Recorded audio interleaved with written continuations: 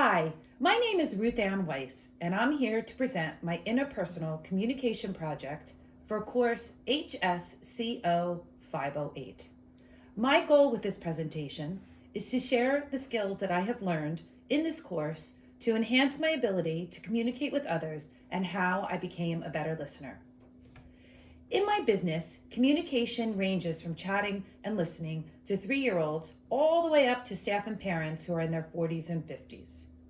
Even though the age range is vast, the end result is the same, and everyone wants to be heard. I own and operate a children's summer camp, and I'm very comfortable speaking in front of large groups of people. My job was to teach and excite the staff about working with the campers. In my past career, I was a corporate trainer for a large clothing company. There, I had the opportunity to work with staff individually to share skills of listening, communicating, and effective selling. My job has always been to motivate and inspire others, and I love what I do. Clearly, this was shown also with my DISC evaluation when I came up motivator, inspire, and also all the results that I got that were positive and negative. I have realized in this course that there's a lot more to know to be an effective communicator. In the book, Helping Skills for Human Service Workers, pages 56 to 61, France and Wakil share 4 steps on how to build positive relationships with others. The first step is to have empathy. This step is important to me because I tend to have sympathy, not empathy, and there's a very big difference between the two.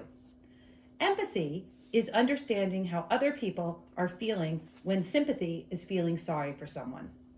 When you have empathy, it allows you to begin building a relationship with someone, and it also helps you build trust. The second step comes more naturally to me, and that step is warmth. I love being around people and learning about their lives. My warmth is natural, and people can see that in me. In this step, the person can express themselves to me without judgment. I also understand that every client is not a good match with a counselor, and the author suggests that when this happens, it's okay to allow yourself to suggest another counselor who would better suit that person so they are able to feel better about themselves. Genuinity is also something a client can sense if you are not sincere and honest. Honesty is a fine line as well, because you don't want to insult the client, but you do want to be able to share your thoughts with them. This is also a good time to ask for clarity if you don't understand something a person is saying. This has been a challenge for me in the past because I tend not to want to ask people to repeat themselves, and now I understand the importance of it. These 3 steps will help me build an alliance with my client as the final step in this process. This will make the other person feel I'm right alongside with them and doing the work that needs to be done together. One of the most helpful things I liked about this book is the author supplies examples that we could practice after the skills that we just learned. As Stephen Covey says, when the trust account is high, communication is easy, instant, and effective. Having a core of any relationship to work has to be built on trust. If trust is broken between client and patient, husband and wife, or any type of relationship, moving forward and being able to communicate effectively will be quite challenging. In this presentation, I thought it best to share the foundation of effective communications was important to share with you first. This course allowed me also to identify my weaknesses when it came to communication. Silence has always been a tricky concept for me in conversations. Personally, when I get angry with my husband or children, I tend to clam up and go silent. Until reading Bridges, Not Walls by Stewart and Logan, I realized I can use silence as a weapon, and that's not a healthy way to deal with my feelings. I am working hard on expressing myself more than when things bother me. Silence is not always a negative though. On page 112 in Bridges, Not Walls, the example of silence is used in a positive sense to me. It is okay to have silence, for example, when a teacher asks a question to a class.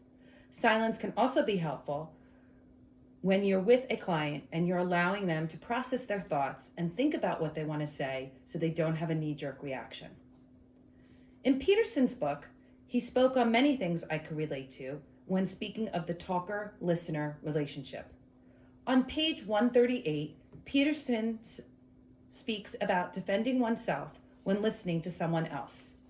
I tend to shut down. I feel that the other person is not hearing me, so I start trying to re-explain myself or defend my words.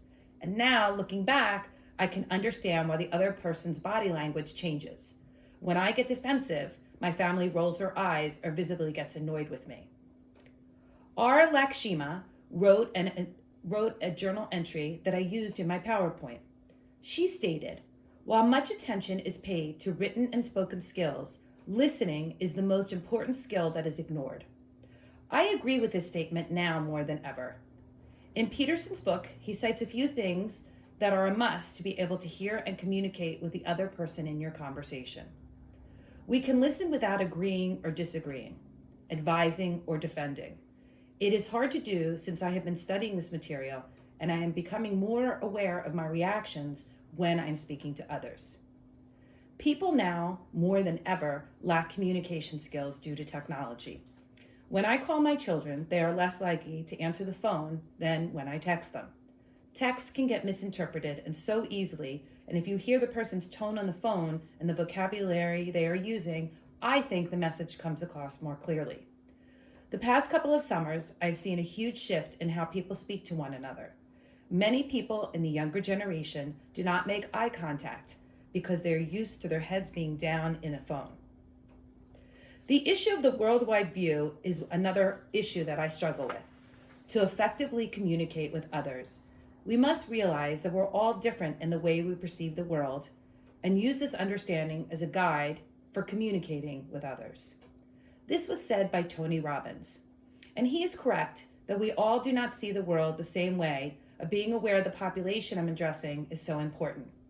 This connects also with feeling sorry for my client. Coming from a white middle-class background, it is so important for me to be aware of the clientele I am working with. While I can't understand what exactly they're going through at times, I can empathize. This course has helped me learn how to use my strengths and communicate more effectively. Since I've recently become aware of what my weaknesses are, I will continue to work on them and grow to be a better counselor, parent, wife, and daughter. I will be vigilant in going back to these resources we have used throughout this course to remind myself what I still need to work on. I want to thank you for a very enjoyable course. I learned a lot, and I wish you and your family a very blessed holiday. Thank you.